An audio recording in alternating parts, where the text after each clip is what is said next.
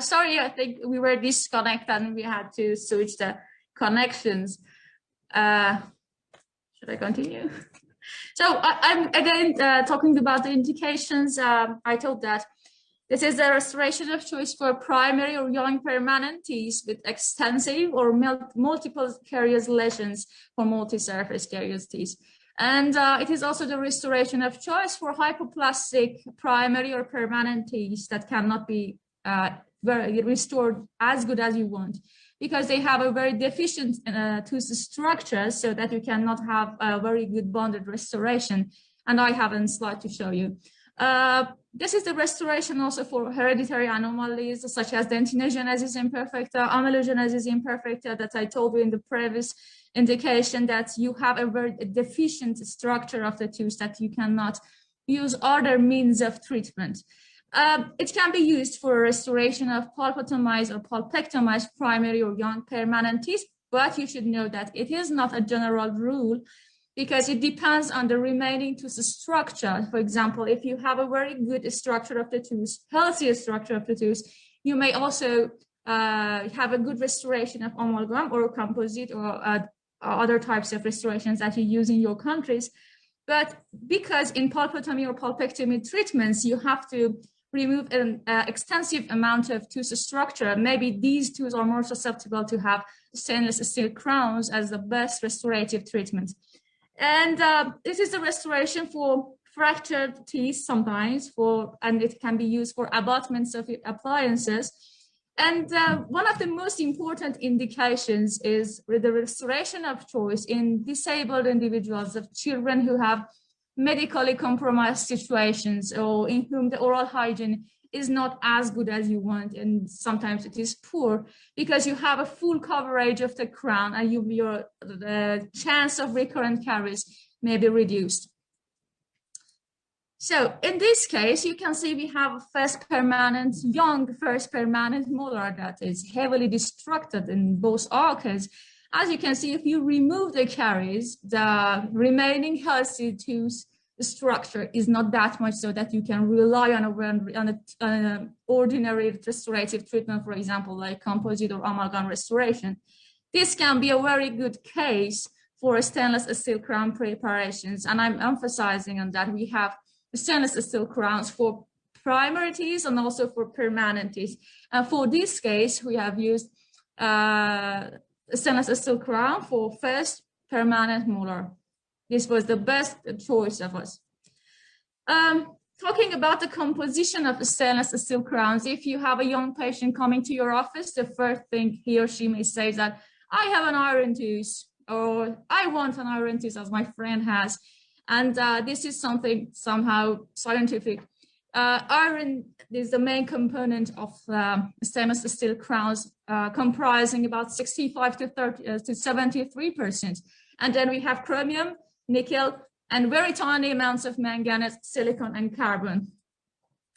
Stainless steel crowns are provided in kits, and depending on the manufacturers, it can be numbered from 2 to 7 most of the times, but it generally depends on the manufacturer policies. And we have stainless steel crowns for first primary molar, second primary molar, upper jaw and lower jaw, left and right. So they are just provided in kits that you have to have them in your office, in fact, in all numbers. But it has one drawback, and you can see in this picture. Although if you show me this picture, I would say that, wow, that's a great thing in the oral cavity of the child. It's like a jewel.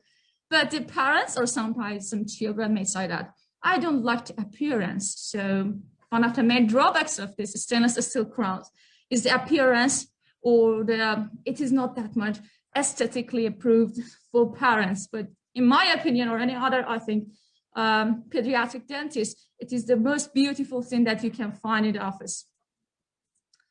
And besides, not only we have stainless steel crowns for posterior teeth, we also have stainless steel crowns, as you see in this picture, for anterior teeth. And I should add that nowadays, because of the aesthetic concerns of the parents and also the children, we do not use them anymore. But there have been some options to make it more appealing to the society, and that's making a window, as you can see, in these pictures, the upper right side, the lower ones, you can see there have been made a window in the labial side of a stainless steel crown so that you can add resin restoration to the buccal side. And it's made a little bit, make it more favorable, but it is not as good as you want, in fact. But this is one of the ways that you can make it more beautiful, in fact. But you should know that there is a risk of dislodgement of the resin that you have added. But generally speaking, we do not use stainless steel crowns anymore. And in next speech, we will talk about the restoration of anteriorities. So we had a problem that was the aesthetic, and there should be some solution, in fact. With the progress that we have in the science, some of the solutions that have been made is on the right side, you can see a zirconia crown compared to the stainless steel crown. On the left side, we have a pre-veneered stainless steel crowns. In pre-veneered stainless steel crowns, a resin material is bonded chemically in the laboratory to the stainless steel crown. As you can see, we have a metal surface and another resin surface, but on the other side, for the zirconia crowns, it is totally white, very beautiful, but there have some, it also has some indications at and have some problems, and I will talk in other slides. Here you can see a full view of the crowns that we can use for posteriorities. Just moving from the least favorable aesthetic concern to the most beautiful one, we can move from stainless steel crowns, and then we can have open-faced stainless steel crowns. We have pre-veneered stainless steel crowns, and finally, the most beautiful one is zirconia crowns. But there are some other things that you have to think about before choosing a good treatment plan for the child. Stainless steel crowns are very durable, are very retentive, and you can choose the best stainless steel crown very fast. The procedure is not that much difficult, and it is not very technique sensitive. It is not sensitive to the bleeding that much, right? But on the other hand, we have open-faced stainless steel crowns. As I showed in the previous slide, it takes time to you have to fit the stainless steel crown first, and then you have to make a window on the buccal side, and then you have to add resin. So it needs a very cooperative child. You have to, it is very technique sensitive. You have to have a good control of the hemorrhage at that area. And then we have pre-veneered stainless steel crown. For the children who are bruxers or who are trauma prone, the ones that have a base of metal, they are more favorable because the risk of chipping will be reduced. But again, for preventing stainless steel crowns, there is a risk of chipping. So, and besides, you need more amount of reduction, tooth reduction. And finally, the best one, considering the fact that it is very aesthetic, is the zirconia crowns that we have for posterior anteriorities. But the case selection is very important. The cost of the treatment is very important because the white ones, they are more beautiful, but on the other hand, they are a little bit expensive. And so you have to just justify their use for primary tooth.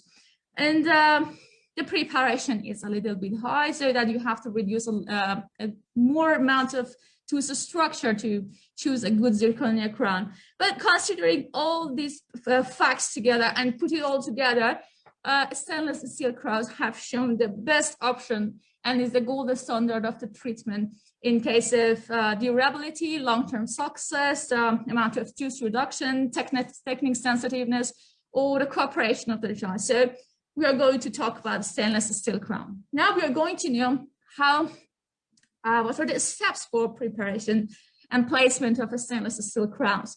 First of all, you have to evaluate the preoperative occlusion so that after choosing and placing the right stainless steel crown, you have restored the preoperative occlusion. So you have to check everything. And as the book says, you have to estimate the crown size, although you should have all the numbers in the kits.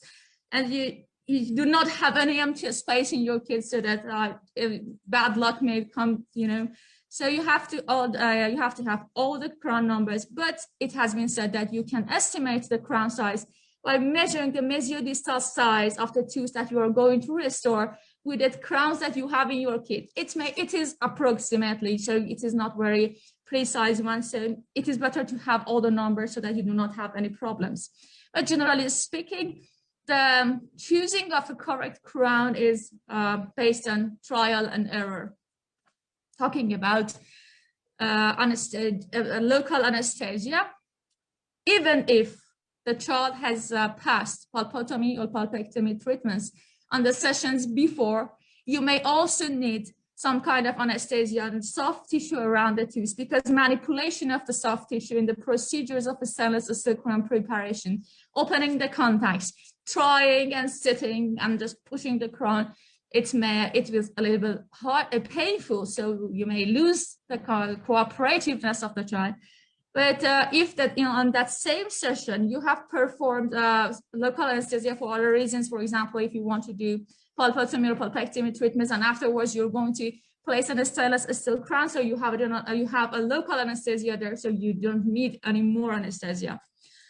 Rubber dam, in all the books and reference books, rubber dam is the gold standard for isolation. But if you have a good mastery in controlling the area by cotton rolls, you can also use the cotton roll just to isolate and protect the adjacent tissues. Different reference books have different steps for preparing a tooth for stainless steel crown. The one that I think is more rational and I use most of the times is that you first do the occlusal reduction. The occlusal reduction should be about 1 to 1.5 millimeter, no more than 1.5 millimeter, and it should not be flat. Just make sure that you have a planar reduction, so that you are just following the steps of the cusp. And the point is that if you are going to use a prevener stainless steel crown or zirconia crowns, the reduction is more than this one. It's about 2 millimeters. So, and at the moment we are talking about a stainless steel crown, and the reduction should be 1 to 1.5. As you can see in this picture, you can use various types of burrs as you wish. For example, fisher burr, diamond burr, everything you want. But the point is that it should be planar. You should follow the cusps. And another point that is you have to see when you ask the child to bite on his teeth, you should have a clearance of about 1 millimeter, and you have another reference to check your occlusal reduction, and that is you can compare it with the adjacent tooth, as you can see in the lower right picture, that you have about 1 to 1.5 millimeter difference in the marginal ridge height, so that you can say that you have a good occlusal reduction. And I want to add a point here if you are in the step of occlusal reduction. In my experience, if you perform the beveling of the buccal or lingual tissues at this stage, then you will have a very good view of how much you have reduced the occlusal surface. About the bevel, I will talk in the further slides, but just keep in mind that I am doing the beveling in this step. Caries removal is the next step. The reason that the caries removal step has been mentioned after occlusal reduction is that when you perform the occlusal reduction and afterwards you move on to caries removal, then you have a very good access to and visibility to the caries tissue, so that you can see what you are really doing, because the tooth should be reduced after your procedures.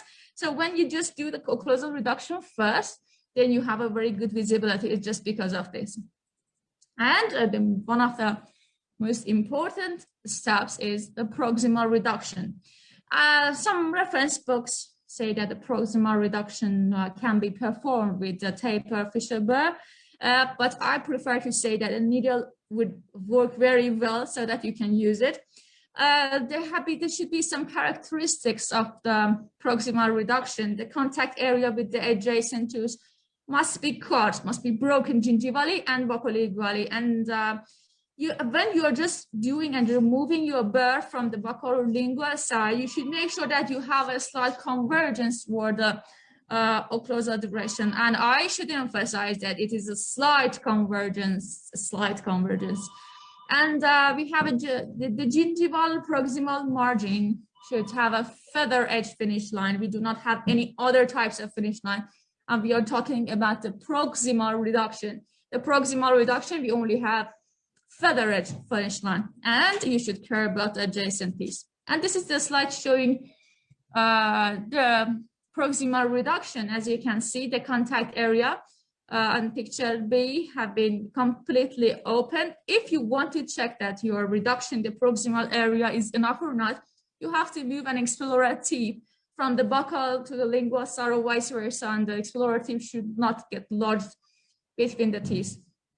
And on the lower left image, you can see that you should have a little bit convergence toward the occlusal area. But on the lower right picture, you can see they have made a finish line, and this is not what we are looking for, and we are searching for such kind of preparation. As you can see, the occlusal reduction is planar, and on the proximal side, you have a little bit convergence toward the occlusal area, and we do not have any finish line in the proximal side. And here is the main problem. You should be careful about the adjacent teeth. And in this picture, you can see that the adjacent teeth have been injured. If you want to evade such a big problem, you can use matrix bands, or you can place a wedge between the teeth, so the risk of the injuries may be reduced. And the next step is rounding all the line angles. The preparation for a stainless steel crown is completely rounded. You should not have any sharp edges. I told you about the bevel. The preparation on buccal and lingual side is only limited to the occlusal 1/3 of the tooth, no more. This is the classical preparation for the tooth.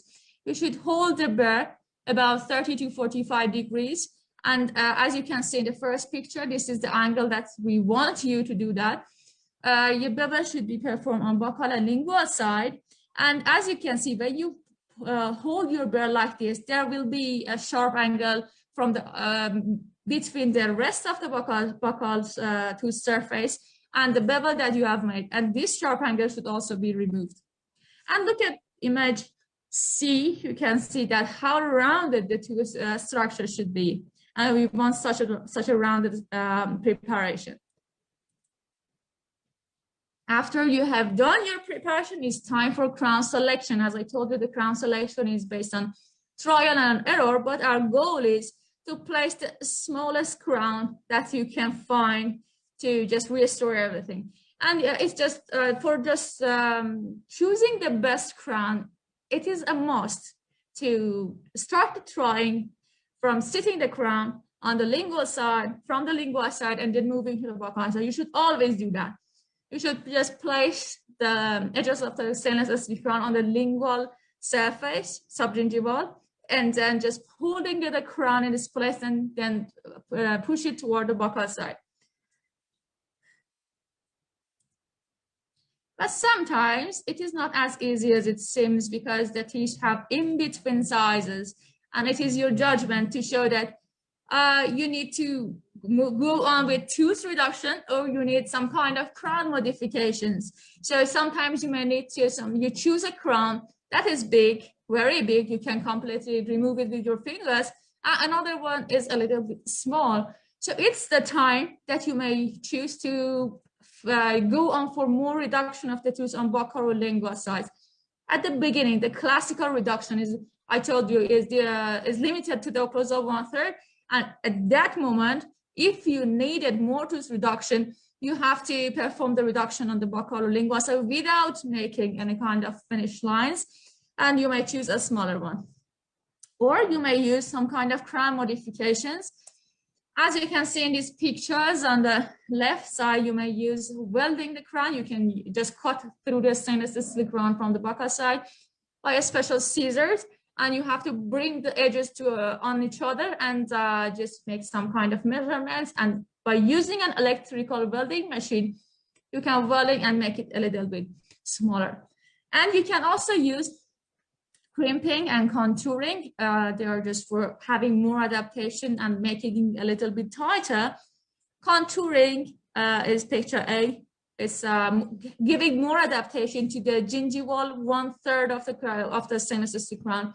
But crimping is giving more adaptation to the gingival 1 millimeter, and they have different pliers to do that. What we are seeking in contouring and crimping is completely shown in this picture. We are searching for a tight marginal fit in the gingival area, because not only it helps in enhancing the mechanical retention of the crown, it also protects the cement from the exposure to oral fluid, so you will have less micro leakage, and you will have a good gingival health. As you can see in this picture, you have some overhangs. As you can see, it has not good adaptation to the tooth structure, but after crimping, it has completely seated on the tooth. And this is what we are searching for. So now you have chosen your stainless steel crown. It's time to check everything. You should check the occlusal relationship and compare it to the pre-operative occlusion that you have checked before. You should also compare the adjacent marginal ridge heights so that they rest in the same level. But if the crown does not seem to seat to the same level as the adjacencies, there might be some problems that you should just know everything. You should check everything to find the problem. Maybe the occlusal reduction is inadequate. Maybe the crown is too long. Maybe you have some proximal ledge, or maybe you have not opened the contact area, especially the number 3 and 4 proximal ledge and not opening the contact area are the most common problems that students may face. When you place a stainless steel crown in the oral cavity and a tooth, because it is a foreign object that you place on the tooth, we may have some kind of whitening of gingival tissue, but we do not want to have complete gingival blanching, and this is not acceptable. Maybe the crown is too long, or it is over contoured, so that you need to trim the crown, you have to change the crown. So so much blanching is not something acceptable. And we want that the crown extends about 1 millimeter into the gingival sulcus. So you have seated the crown, but now you want to remove it and move on for further steps. Please never remove the crown with an explorer tip. You can use safer instruments like excavators or sometimes carvers. And you should make sometimes when you try to remove the crown, sometimes it suddenly dislodges from the crown, and unfortunately it may slip toward the throat, and you may have a very terrible accident. So you should always support the crown that you're going to remove from the tooth structure, or you may also put a gauze posterior to the tooth that is going to be restored, so that the stainless steel crown do not drop into the throat. If you had done some kind of trimming, you should just have final smoothing and polishing of the crown, so that you have a very sharp edge. You can use it by stones or mullets or things like that to make it so that the edge of the crown is not serrated anymore. So we are moving to cementation. The crown should be completely clean. You should isolate the tooth, and you can use various types of cements. You can use glass ionomer, zinc polycarboxylate, zinc phosphate, but as you know, the gold standard is glass ionomer cement. You should make it with creamy texture and fill the crown up to 2/3 of the entire surface. And you should make sure that all the edges have been sealed by the cement. Now the tooth is isolated, and you have to cement the crown. Most of these students become a little bit are really nervous when they are going to cement the crown, and being nervous just ruin everything, I'm telling you. The setting of the crown for cementation should be the same as you have tried the crown. It should be seated from the lingual side to the buccal side. As you can see in the picture named C, when you seat the crown from the lingual side to the buccal side, you will have an overflow of the excess amount of cement from the buccal side, and this is a very good point. And afterwards, you have to remove the excess cement from all other areas. For removing the cement in the buccal and lingual side, you can use an explorer tip. But what about the proximal side? On the proximal side, you can use a knotted dental floss. You can just pass it through the contact area and pass it from the buccal to the lingual side, or vice versa, so that it can remove the excess material from the proximal side.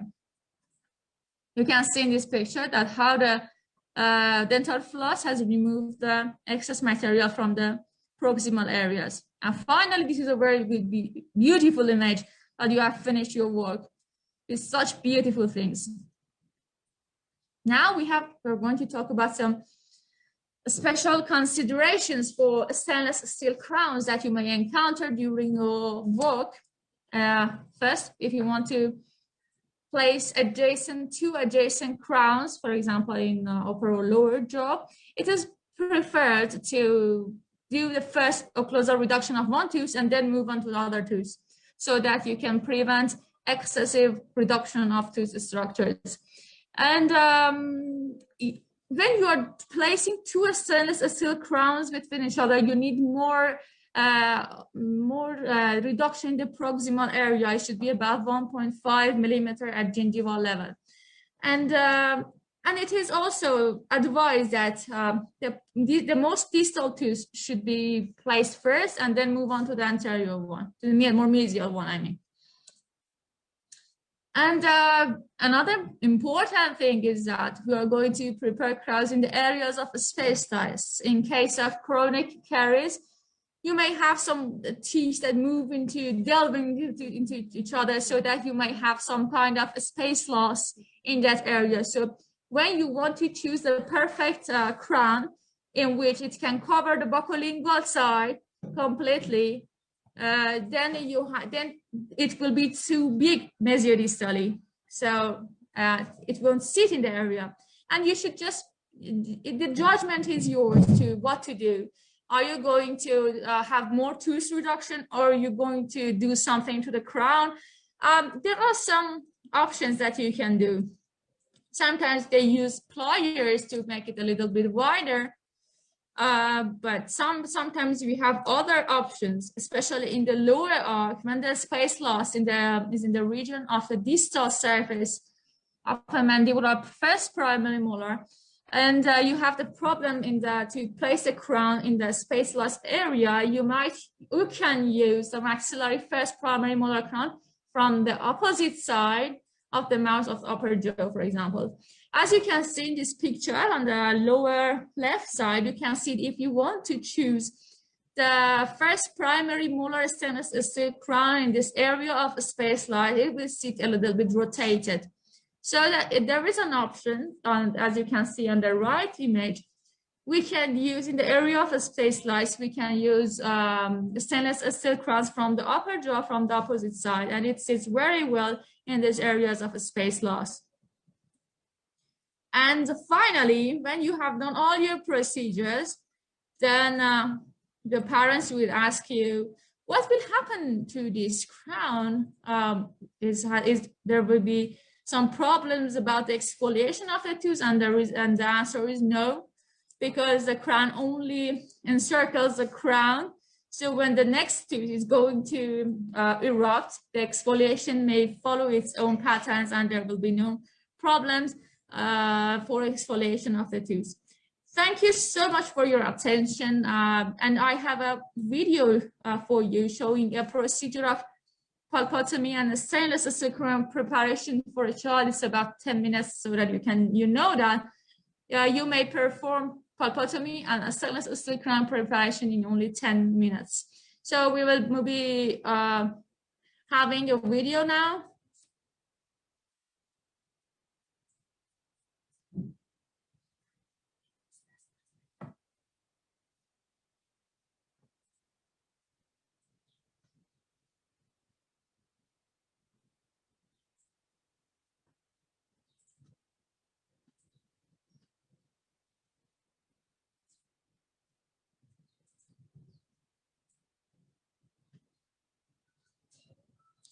So first of all, I should confess that finding a cooperative child so that he or she doesn't nag and helps us during the videotaping was very difficult, in fact. At the moment, you can see that we are performing the occlusal reduction first so that we can have a better access to the caries tissue and having a good visibility. And just pay attention how we retracted the tongue and have a good control on the area.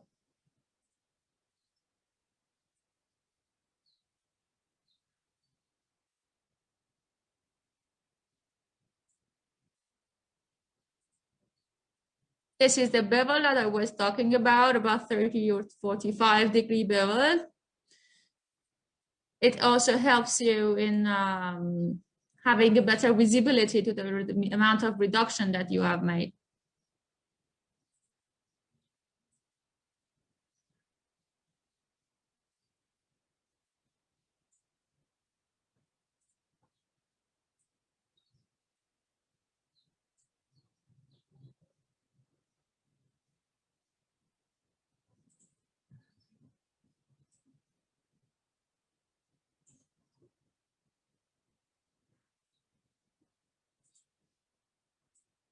So now we are moving to caries removal.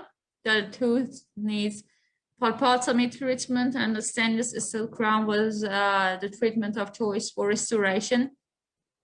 The caries removal should start from the areas that are farther from the pulpal tissue, and then afterwards you will be moving toward the pulpal area.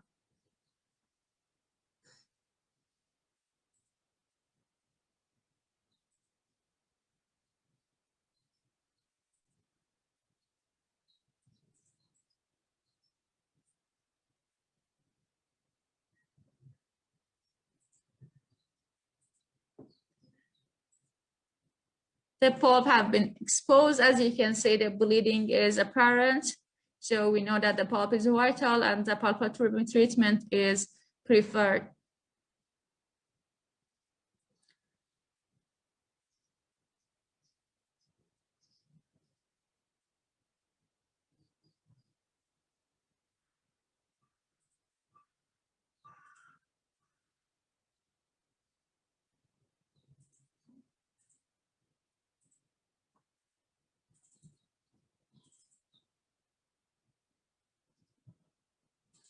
You should make sure that you do not have any dentin bridges, because if you have dentin bridges in that area, you may have some pulpal tissue that won't stop bleeding.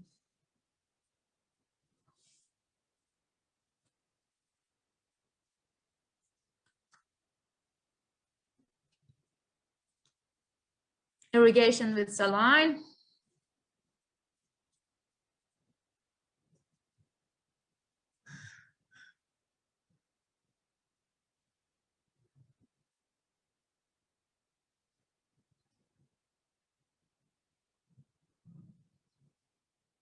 And you can see a very good access preparation in the mirror. No pulp excess, and we're going to have this dressing that we use a formocrystal impregnated cotton pellets in the pulp chamber.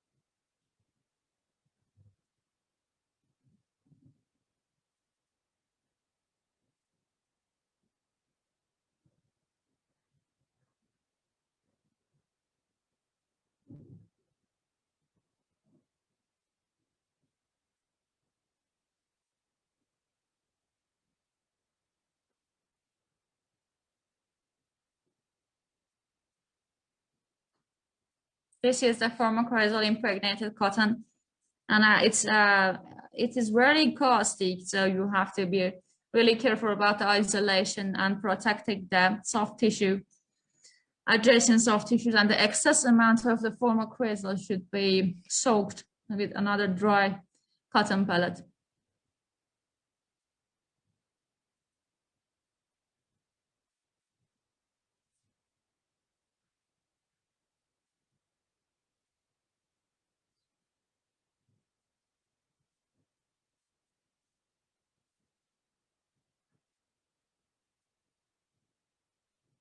You should make sure that your cotton pellets have complete contact with the orifices of the canals.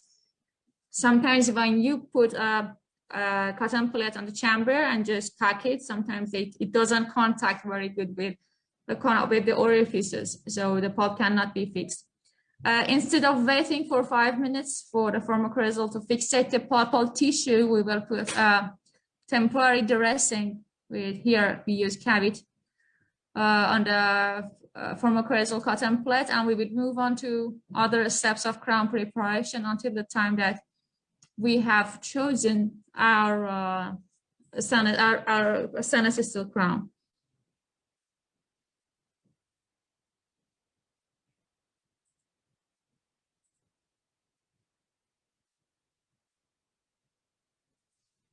Again, we have some modifications, the occlusal reduction, and we move on to other steps.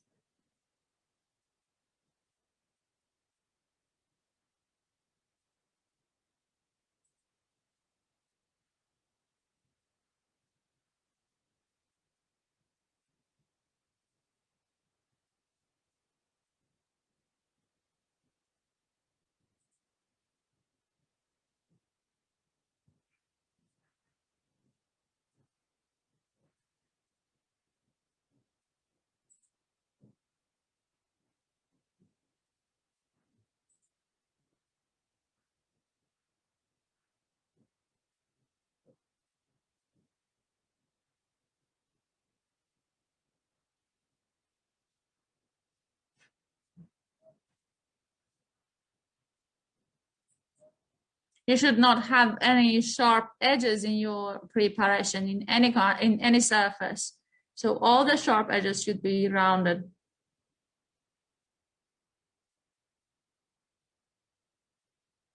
And moving to proximal preparation, as you can see, we are using needle burrs, moving from lingual to buccal side. You should be careful not to injure the adjacent tooth.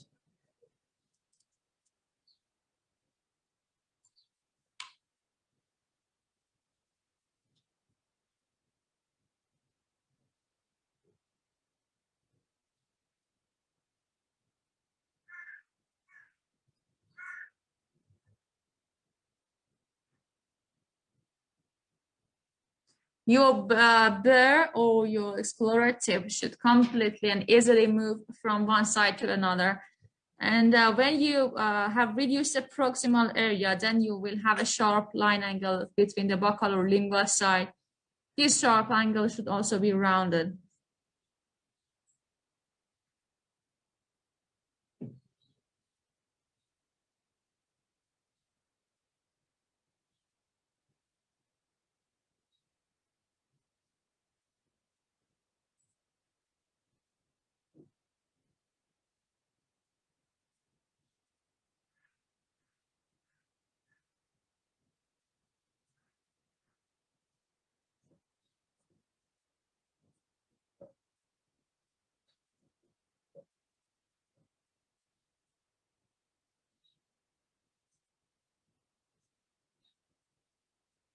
So just trying the crown, sitting from the lingual side and pushing toward the buccal side.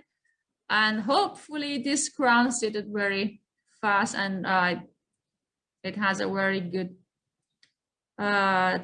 fitting. And you might have sometimes a sound of snapping. It's a kind of clicking sound when the crown passes through the height of contour of the tooth and sits. It may have something like this. Now that we have chosen our stainless steel crown and it is ready for cementation, we are removing the temporary dressing, the pharmacosol impregnated cotton pellets, and we will check the fixation of the pulpal tissue.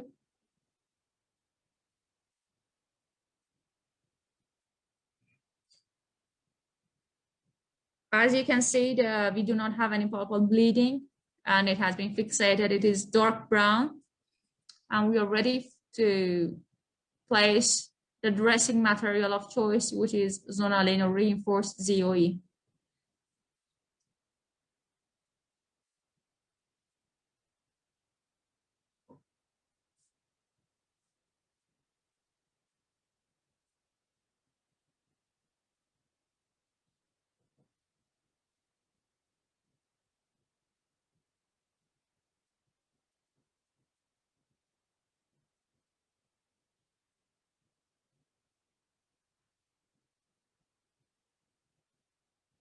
You should gently pack the zonal material in the area, gently, I emphasize.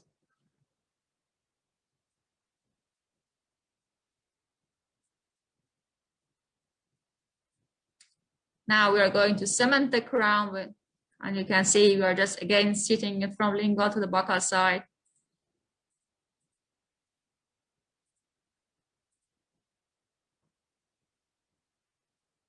The excess amount of cement is cleaned, and we will use a dental floss also.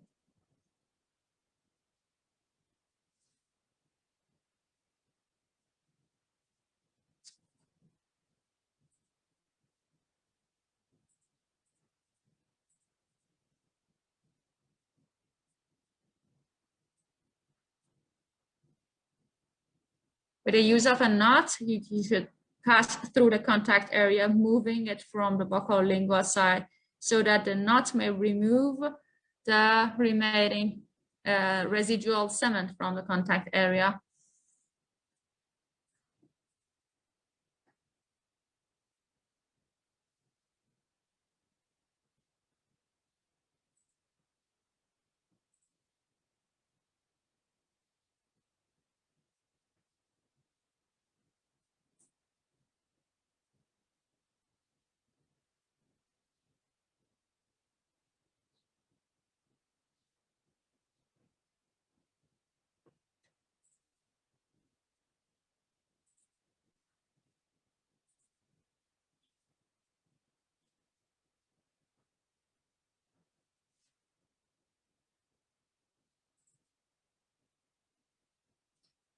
And that is the final appearance.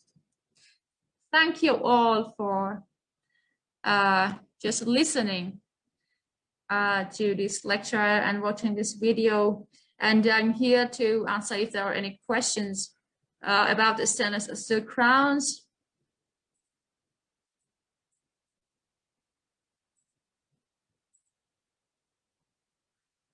Number 35.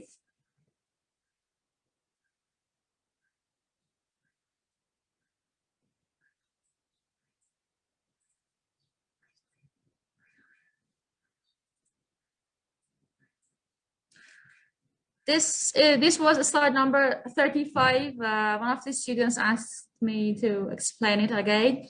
Do they see my cursor? Yeah. Can you see my cursor?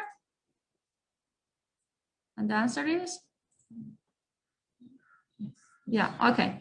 So just look at this area. It's talking about the space loss. In the lower arc, you have an opportunity to use other stainless steel crowns rather than its own stainless steel crown. For example, look at this picture that I'm moving the cursor on.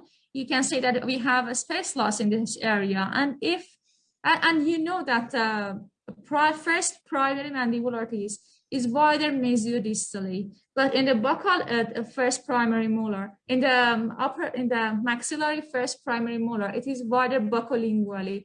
So it's an opportunity that we can use for the lower arc. As you can see in this picture, if we want to place an stainless steel crown, which is for mandibular first primary molar, because it is wider mesiodistally, if it seats, if you're lucky enough that it seats, it will be rotated, as you can see in this picture. But as I told you, it's a kind of opportunity for you. In the lower arc, you can use, as you can see on the left, on the right side images, you can see that we have used an upper first primary molar from the opposite side. For example, if you are working on the lower right first primary molar, you should choose left upper first primary molar. And because of the gingival edge, you can see it will sit very well here in this area. And because the upper teeth are wider buccolingually and they are narrower in mesiodistal dimensions, you can easily sit that crown in that area. I don't know if I could convey the explanation for you or not. Let's see the questions again. I don't know if it was clear or not.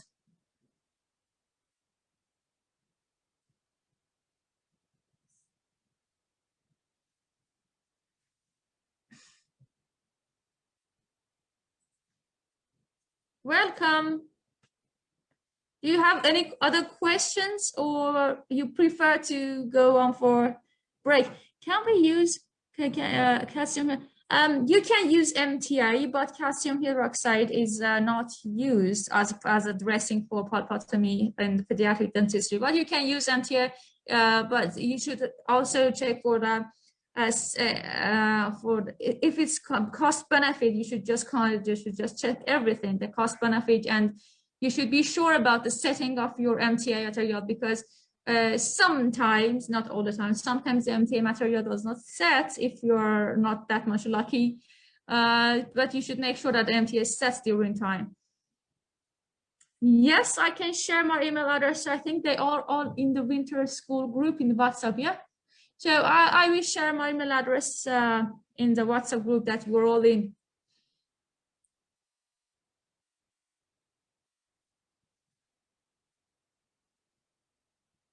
More questions or break? Which one do you prefer?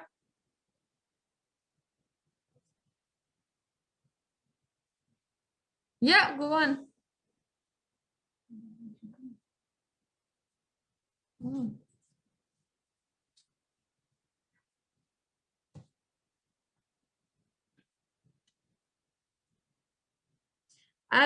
MTA discoloration happens, generally speaking, but we were talking about the stainless steel crowns, but after some time, because the crown will be completely covered with the stainless steel crown, there will be no worries. Besides, when you just place MTA discoloration, it should be about 2 millimeters, and if you be in the cervical area and the posteriorities, the main the main awareness about MTA discoloration is for anteriorities, and most of the time it's for the permanent one, not for the primarities. So for the posteriorities, it is not a main concern.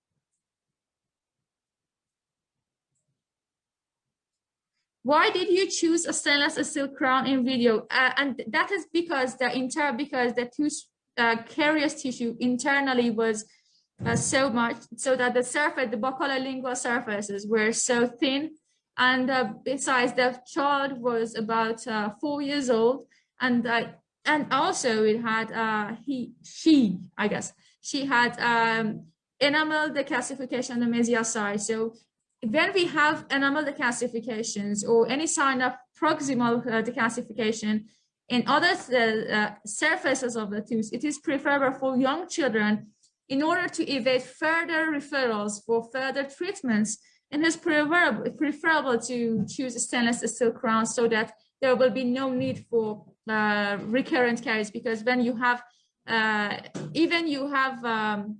caries in the very first steps of demineralization, this tooth is susceptible for further caries, so it is preferable to use. Which material do you use for cementation? It was glass ionomer. No, I think it was GC, not mirror.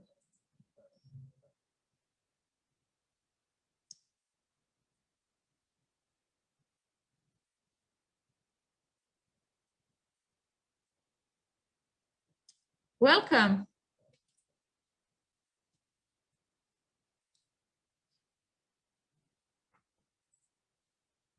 Should I wait for more questions?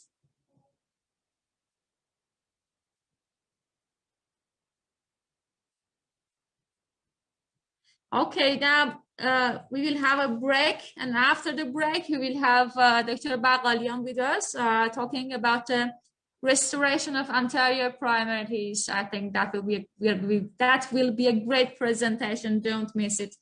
See you after the break. I will be back soon. Thank you.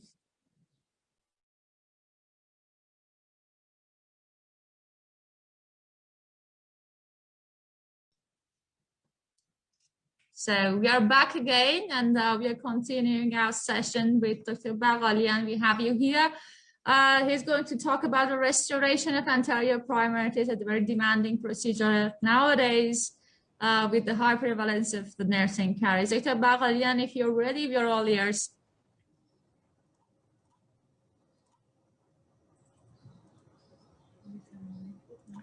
Hello everyone, my name is Ali Baqalian. I am Assistant Professor of Pediatric Dentistry at Tehran University of Medical Sciences.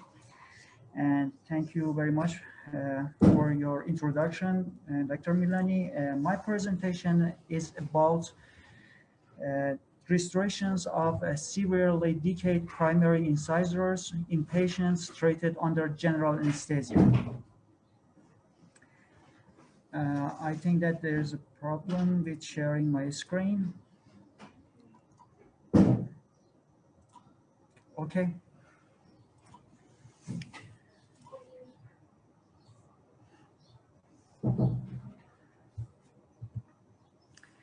As we all know, primary incisors are among the teeth that usually erupt very early, maybe 6 months or 1 year old. And they also exfoliate very early at 6 or 7 years old. Although they exfoliate very early in the age, but they are very important teeth for creating a beautiful smile for our children. Usually the preschool age children attend kindergarten and they are in contact with each other. They are in an age that could easily make fun of each other. The children who has not have primary incisors, who has decayed primary incisors, could be kind of fun for other children, and they could be laughed at by other children. And this being laughed at or ridiculed by other children could have enormous emotional effect on the soul of our children that could affect their behavior later in their life. So primary incisors, as having healthy primary incisors, is very important for having a beautiful smile and increasing the self-confidence of our children.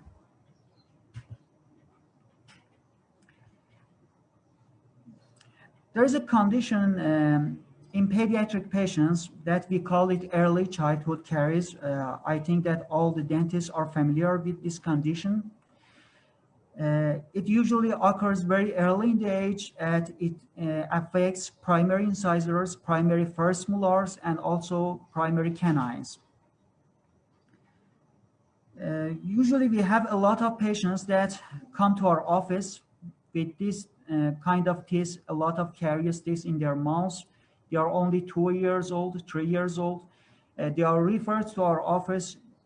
Some of them are referred just because of the worries of their parents, but some of the children who come to our office unfortunately have experienced severe pain because of severe caries in the tooth. And some of them even have experienced acute abscess that could spread easily to the facial spaces and could endanger the life of our children. So as you know, that keeping the teeth healthy and unaffected by caries is very important for all children, not only because of having beautiful smile, but because of the oral health of our children and their self-confidence later in their life. Early loss of primary incisors could have some disadvantage for our children, such as could affect the jaw development. Some researchers also believe that early loss of primary incisors could result in defects in speech development of our children. Also, there will be abnormal vertical dimension in the jaws and disorders of psychosocial development, which I mentioned it already in the previous slides.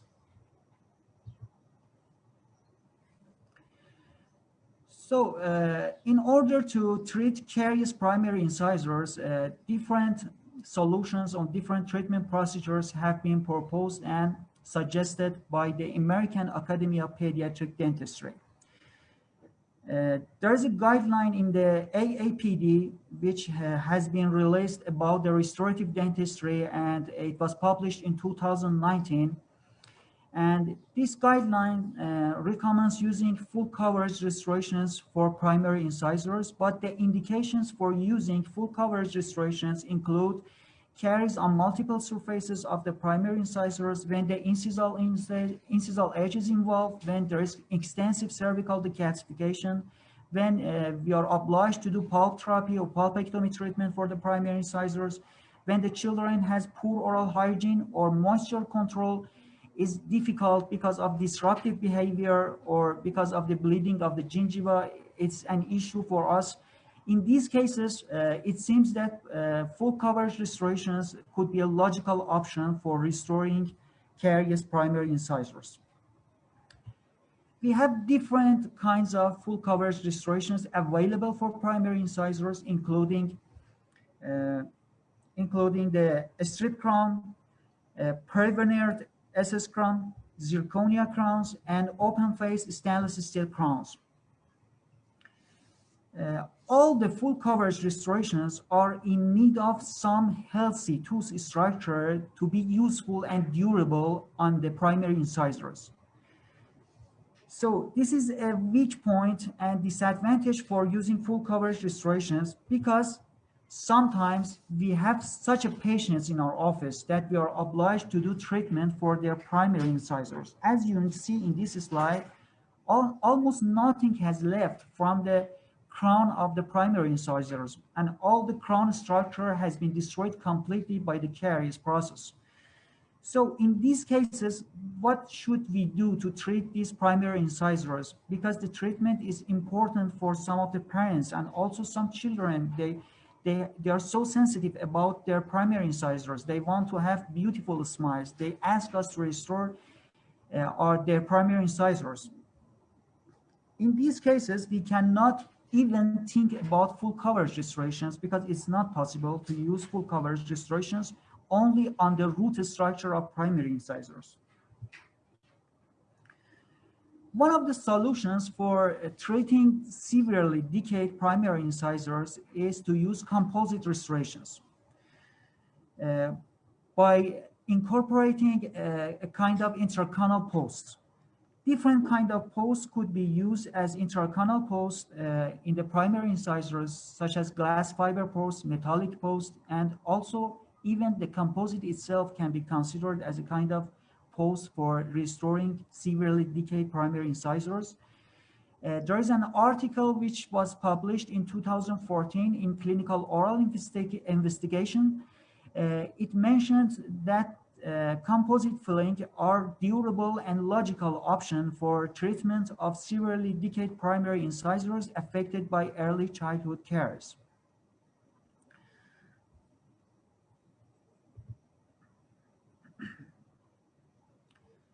Before continuing to the treatment procedures and step-by-step explaining about how can we treat this kind of severely decayed primary incisors, I want to draw your attention to a kind of important point, and that is the gingival health. Gingival health of the primary incisors is very important for restoring primary incisors because inflamed and bulbous gingiva could affect our final restorations, and it could cause problem for our restorations because bulbous and inflamed gingiva could easily bleed by even minor stimulation and irritation from water and air stream. So having a kind of firm and pink gingiva is very important to do a kind of proper isolation technique for composite restorations. Then at the first visit, we confront with a patient, with a pediatric patient, that his gingiva, his or her gingiva is completely inflamed and bulbous and erythematous. If we want to do treatment under general anesthesia, we should recommend to the parents of these patients that start brushing the primary incisors and the infrontier gingiva firmly during the remaining days until the operating room day.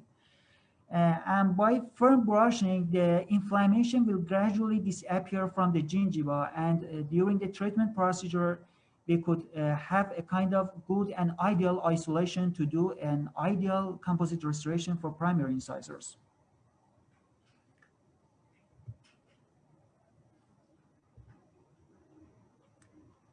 Okay, from now on, I want to show you some short videos about the different clinical steps for restoring primary incisors, and I will explain on these videos about the points that is necessary to be considered when treating this kind of caries primary incisors. As you see in this video, the first step is gross caries removal by high-speed handpiece using a kind of bar by high-speed handpiece. We start gross caries removal from all around the primary incisors. And we should be very careful during this procedure not to irritate the gingival margin, because the irritation of the gingival margin could cause bleeding, and the bleeding will disrupt our isolation. In order to avoid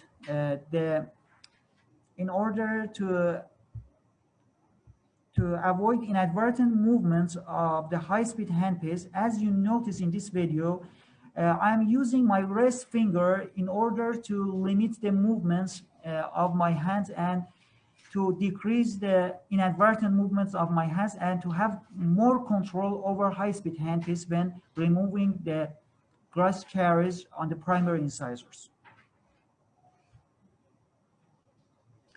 After removing the gross caries, we will insert into the canal space, because we want to use the canal space as a kind of post space. And almost in all of the cases of severely decayed primary incisors, we are in need of doing pulpectomy treatment, because the pulp will be finally exposed during the gross caries removal procedure. As soon as we enter to the canal space, a kind of bleeding will occur that could limit our vision to the remaining decayed and carious margins which has been left on the tooth structure. So after inserting to the canal space and after the bleeding occurs, we should start removing the pulpal tissue using barb brush. And after we use barb brush and removing the pulpal tissue, the bleeding will stop from the canal space. And after that, we could irrigate the tooth completely and continue removing the other carious tooth structure. As you see in this video, I want to show you how it is possible to remove pulpal tissue very easily from the primary incisors. I use two barb brushes inside the canal space and I twist them to each other. Twisting the barb brush will engage the pulpal tissue from the canal, and we could easily remove the pulpal tissue from the canal space.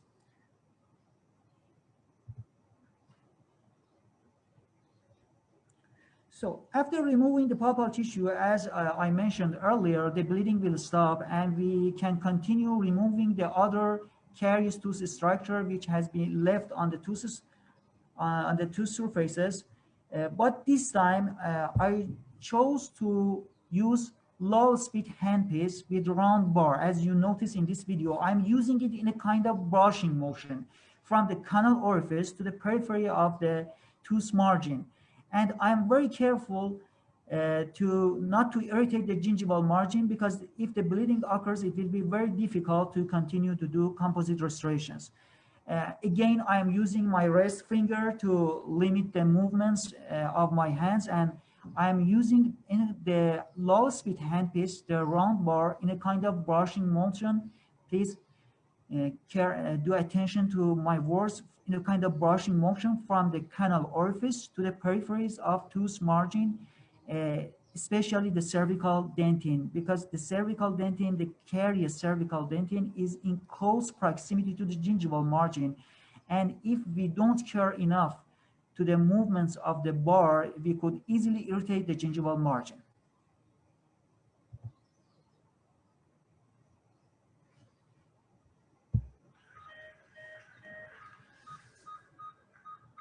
So after removing all the carious tooth surfaces, the next step is filing the canal in order to do our cleaning procedure inside the canal, and the irrigation will continue using normal saline or hypochlorite in case of pulp necrosis. After we clean the canal space completely, we can use cotton plates to remove the excess moisture from the canal space. At first, I prefer to use cotton plates, and after using the cotton plates, I use paper points to dry the canal space completely. As you notice, I'm using two large paper points in a kind of inverted direction, and I let them to remain in the canal space to absorb all the moisture and humidity inside the canal completely.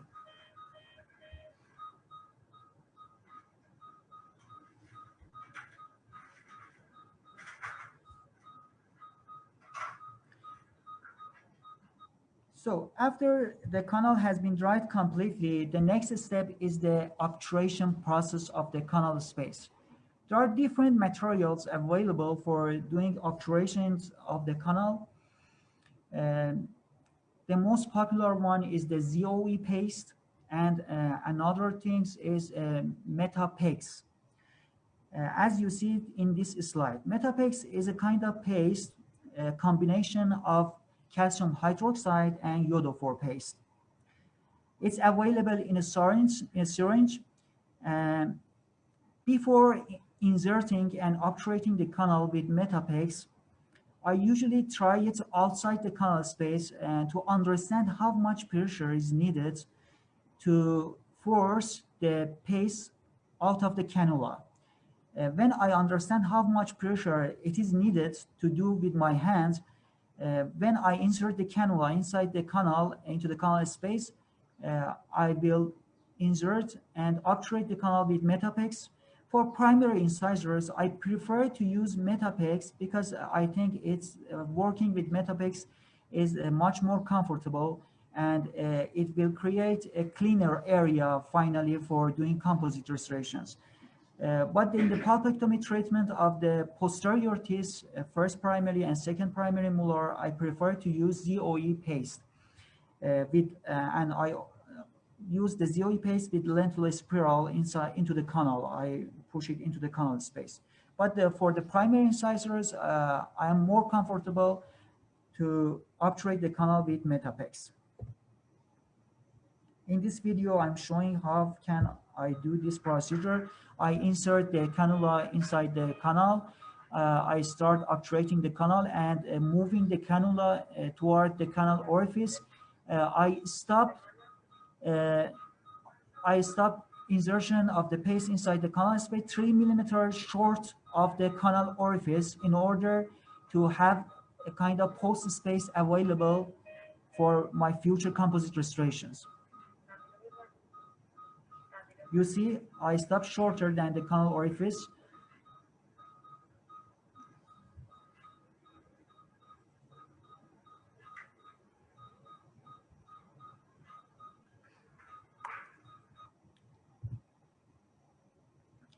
After obturating the canal with Metapex, I use a kind of cotton plate to condense more the paste inside the canal.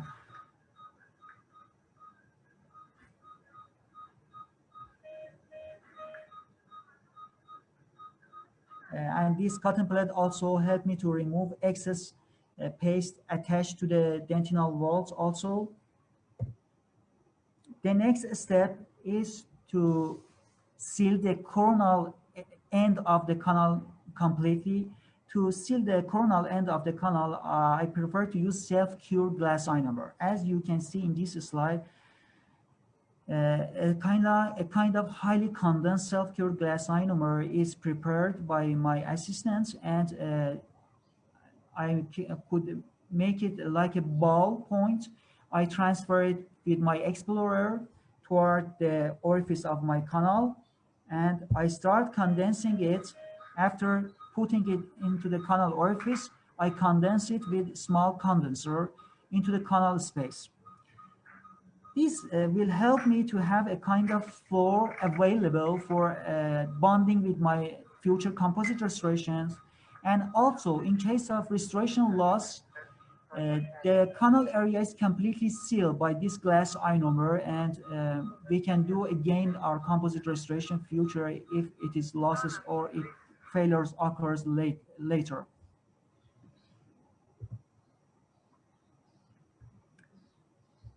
The next step is preparing the post space.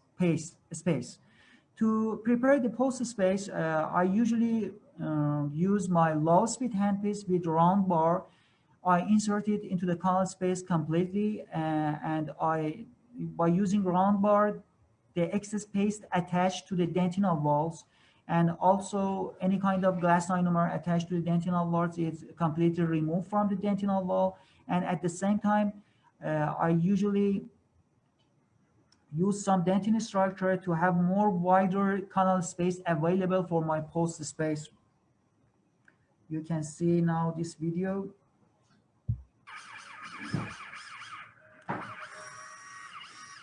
As you see, I go into the canal space and I remove all the paste and glass ionomer attached to the dentinal walls, and at the same time increasing the diameter of the canal space for my future post.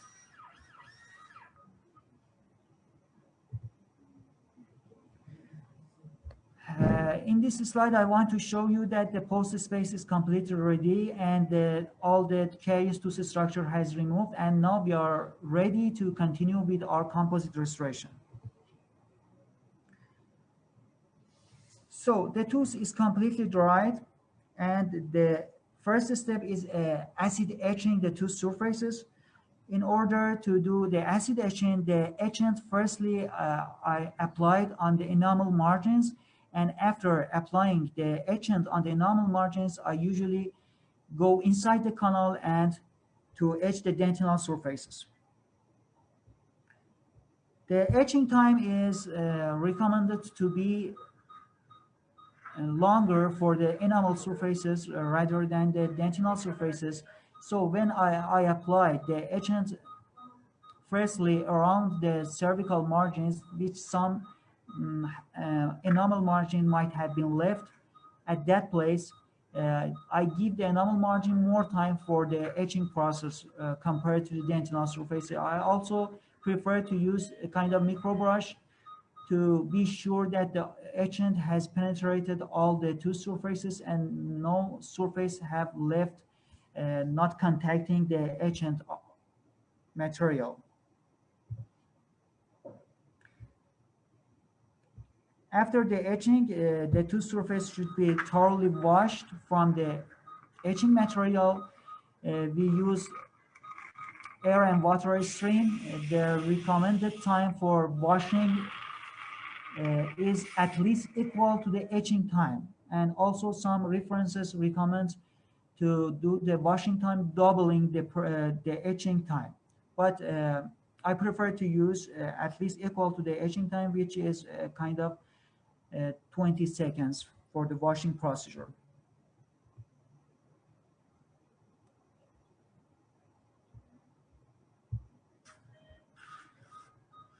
So again, we should isolate the teeth and dry the tooth surfaces in order to be ready for using bonding agents.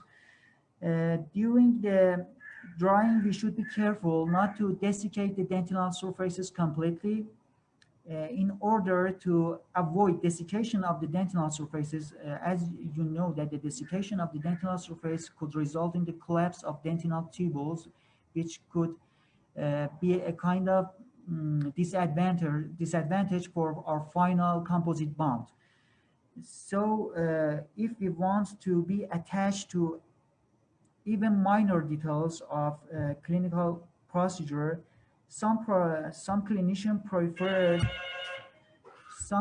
prefer to use a kind of cotton plates inside the canal space in order to avoid desiccations of the canal space. But I usually just use a kind of mild stream of air toward the tooth surfaces, and I don't continue the air stream to the point that desiccation happens. In this slide, I want to show you how we can use cotton plates to avoid desiccation inside the canal space. I insert the cotton plates into the canal space completely, and then I use air stream to dry other tooth surfaces. The cotton plates actually stops the dentinal surfaces to be desiccated. After that, the bonding agent is applied to the dentinal and all the tooth surfaces. As you can see, I am using the bonding agent with microbrush on all the tooth surfaces.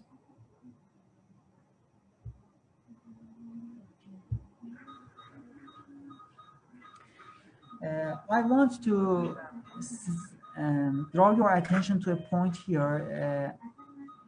In a lot of cases of severely decayed primary incisors, usually the cervical dentin is lower and below the gingival margin. In these cases, there is the risk of contamination by gingival crevicular fluid on the gingival margin.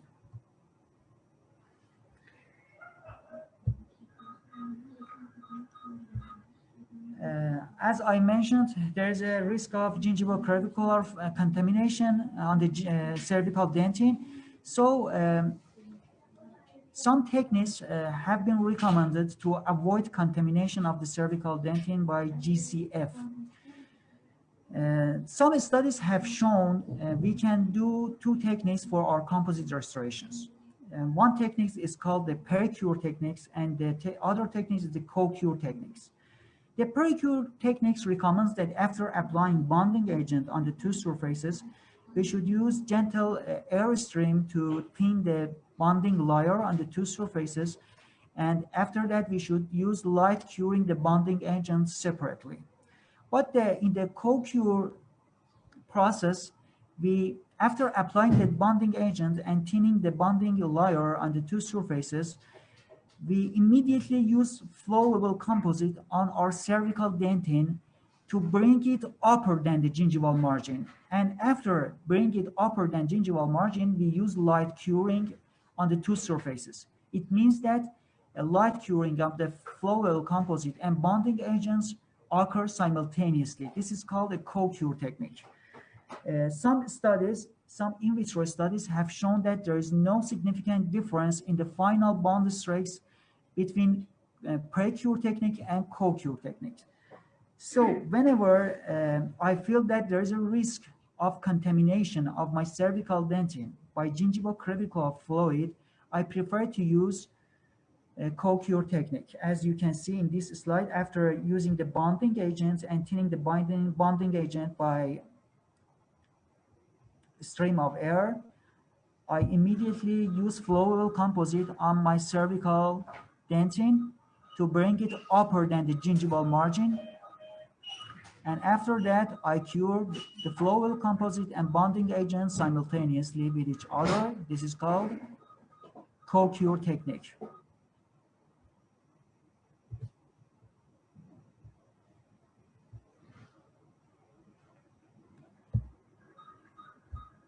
The next step is preparing the composite posts. As a kind of composite post, I usually use condensable composite, posterior composite, which is considered usually having more physical strength than the other composite inside the canal space. I put the condensable composite inside the canal and condense it with a small condenser into the canal space, and then I use light curing the condensed composite inside the canal.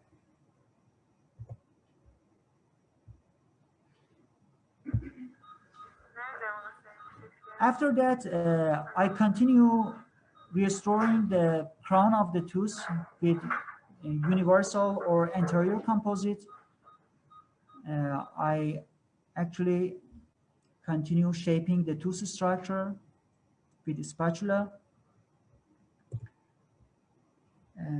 After curing the whole composite completely, I again use flowable composite on the crown of the tooth to fill all the voids or gaps which might have been left before my final polishing and finishing process.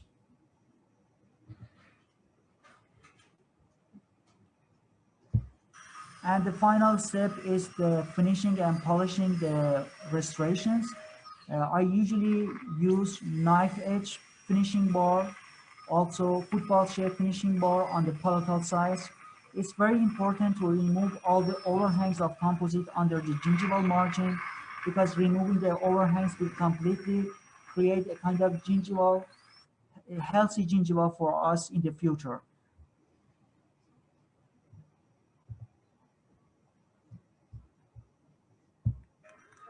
This slide also shows how I use the football-shaped finishing bar on the palatal sides to shape the palatal surface of the primary incisors.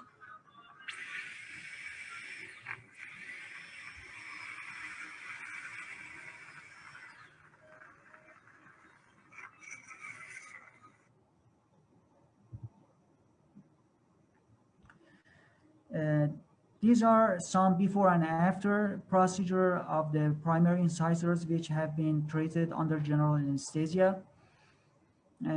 About the general anesthesia, I should mention that because early childhood caries affect children at an early age, usually treating primary incisors and doing pulpectomy treatment for the primary incisors at an early age and the final composite restoration is really a big challenge for us as pediatric dentists because the children are not in an age that could understand us and could help us and could cooperate during the treatment procedure. So most of the patients that I usually treat the primary incisors by doing pulpectomy treatment or the composite restoration are usually treated under general anesthesia or deep sedation. Because during these conditions, the patients have completely under our control and we can do our best and do the best treatment for them by very good isolation procedure and there is no movement from the patients. Another point that I should mention, and I forgot to mention it, doing pulpectomy treatment on the primary incisors requires that the root of the primary incisors to be in a kind of good conditions. I mean that there should be no internal resorption, external resorption, no large radiolucency area around the root of the primary incisors, and all the indications of doing pulpectomy treatment should be considered for doing pulpectomy treatment of the primary incisors before continuing to the composite restorations. So whenever we see a kind of resorption, internal, external resorption, or kind of radiolucency involving the permanent tooth crypt, it's better to extract the root of the primary incisors because if we want to continue to do pulpectomy treatment in this with this condition, our composite restorations and the pulpectomy treatment will fail very soon, maybe after several weeks or several months. I hope you have enjoyed my presentations and this scenery is a district in the Japan which has been photographed from the top of the mountain. You know, a lot of temples in the Japan are located at the top of the mountains and there is very large beautiful scenery available from these temples. And I am ready to answer any questions if there is any questions here. Thank you so much.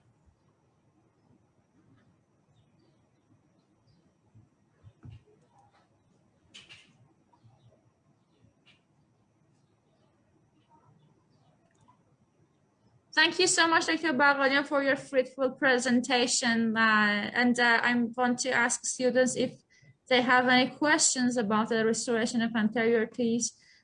Please write in the chat box so that we can answer. Someone asked, early childhood caries doesn't affect the mandibular incisors, I guess, right? Yes, it's usually right. It usually affects the maxillary primary incisors, and there is a reason. Almost mandibular incisors are the most resistant one to the caries process because of the function of the sublingual gland, which usually secretes saliva just behind the mandibular incisors. There's so much resistance toward the caries process. And another question, can you choose zirconia crown rather than composite? As I mentioned in my presentation, zirconia crown is really beautiful for the primary incisors, but we need some healthy tooth structure to be remained for using a kind of full coverage restoration, such as zirconia crown for the primary incisors. When nothing has been left from the crown of the primary incisors, we cannot choose and use zirconia crowns just on the root of the primary incisors. Thank you, Dr. Baghladian. Students, any other questions?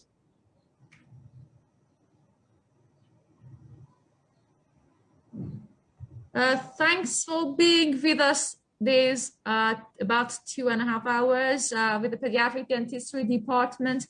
I hope that you have enjoyed this session, and in general, I think that you have had a very fruitful week with us. And I hope that we see you here in person very soon after the COVID days. Hope you all a healthy days and have fun. Thank you so much for your attention. Thank you, Dr. Baghladian also. Thank you, sir.